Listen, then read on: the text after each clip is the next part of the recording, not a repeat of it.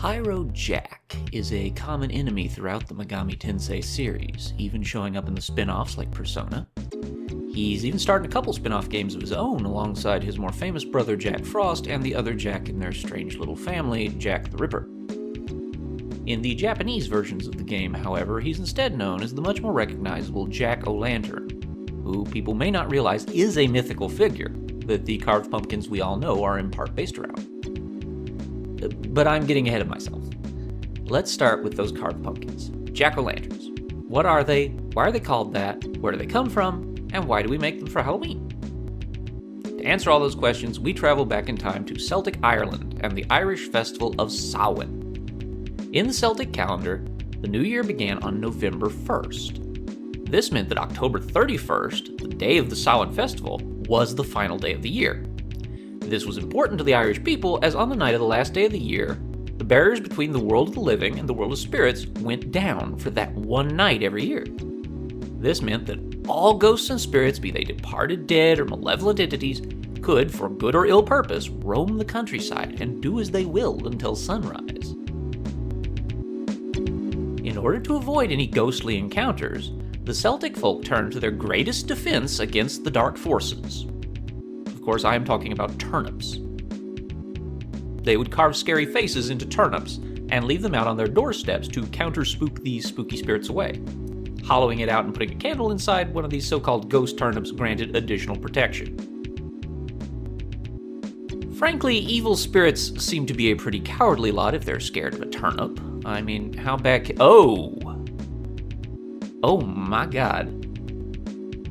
No, okay, that's fair. Evil spirits get a pass on this one. That's genuinely creepy. I wouldn't go in a house with those staring at me from the porch either. Don't blame them.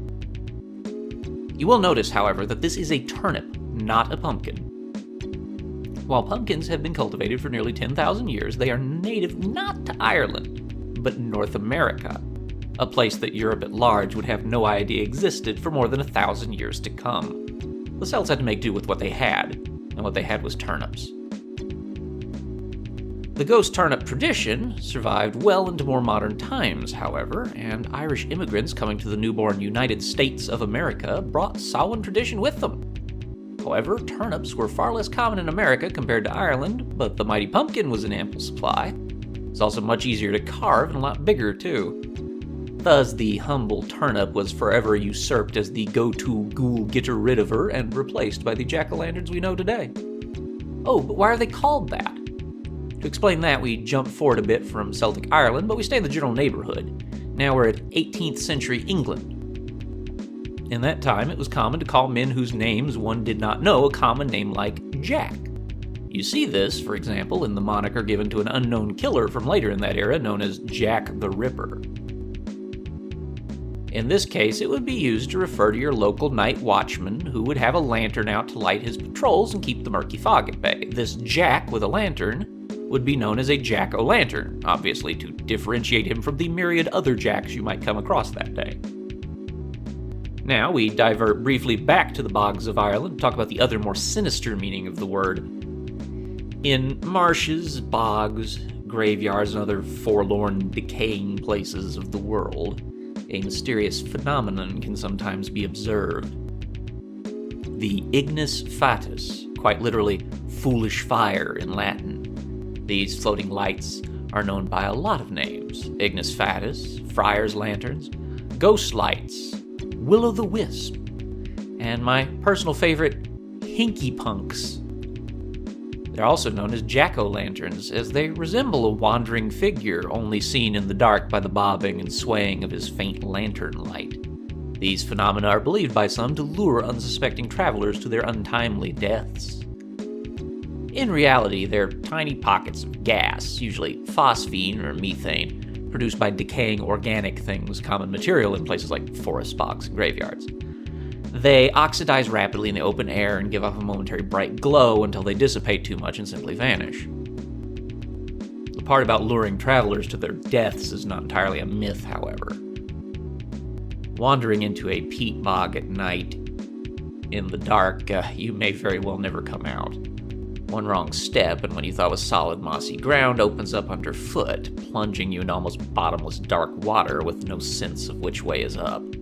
People still drown by misadventure in marshes and bogs to this day. The Ignis Fatuus likely gets its jack-o'-lantern name and sinister connotations by being associated with a mythical figure of Irish legend known as Stingy Jack, or Jack of the Lantern. This story about Stingy Jack ties it all together: the turnips, the carving and lighting, the name. This mythical figure is the core of all the things that make our holiday tradition what it actually is. Once upon a time, in Ireland, there was a blacksmith, a lazy but very clever man known as Stingy Jack. In addition to being a smith, Jack was also a drunk, a cheat, and a petty thief. He'd just stolen from a village and was fleeing the angry villagers when he ran into none other than the devil himself. The devil told Jack his time was up. The villagers were sure to hang him for his stealing, and then he was going to take his soul down to hell. Jack, however, thought quickly and told the devil he had a plan that would trick the church-going village folk. He told Satan to turn into a shiny silver coin, which Jack would use to pay for the stolen goods and save his life. Then, after he had gotten away, Satan, as the coin, could vanish, and the good Christian folk would argue with each other over which one of them had stolen the coin. The devil liked this bit of mischief, and so he agreed to forestall Jack's doom for a bit of fun. He turned into a bright silver coin and leapt right into Jack's wallet. Unfortunately for the Lord of Darkness, the cross that Jack had just stolen was in the wallet, and so clever Jack closed the wallet tight. With no way out, and stripped of his powers by proximity to the cross, the devil had been trapped. Once Jack had lost the mob chasing after him, he talked to the devil in his wallet. He told him he would let him out, but only if he promised to never, ever take Jack's soul. With no alternatives, the devil was forced to agree, and so out he went, changing back and disappearing in a puff of angry black smoke. Now, of course, Jack still eventually died, as all living things do. He found himself at the gates of heaven, but was turned away. He'd been far too evil to be let in. With nowhere else to go, he traveled down to hell, but there, the devil was waiting for him. Mockingly, Satan reminded Jack of the deal they made. He couldn't let him into hell because he couldn't take his soul, and deals with the devil couldn't be broken. Jack, now terrified, realized he had nowhere to go. He begged the devil for mercy, but finding he had none, pleaded then for any help at all. The devil dug his hoof into a pit of hellfire at his feet and callously kicked an ever-burning ember to the desperate ghost, telling him that was all the help he'd get, a solitary coal to light his way in the endless darkness that awaited him. To spare his hands the heat of the hellfire coal, Jack carved out a turnip and placed the coal in it, carrying it as a makeshift lantern.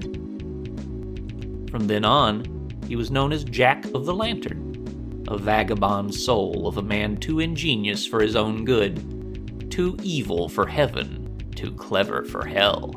He was doomed to wander the world forever in search of final rest.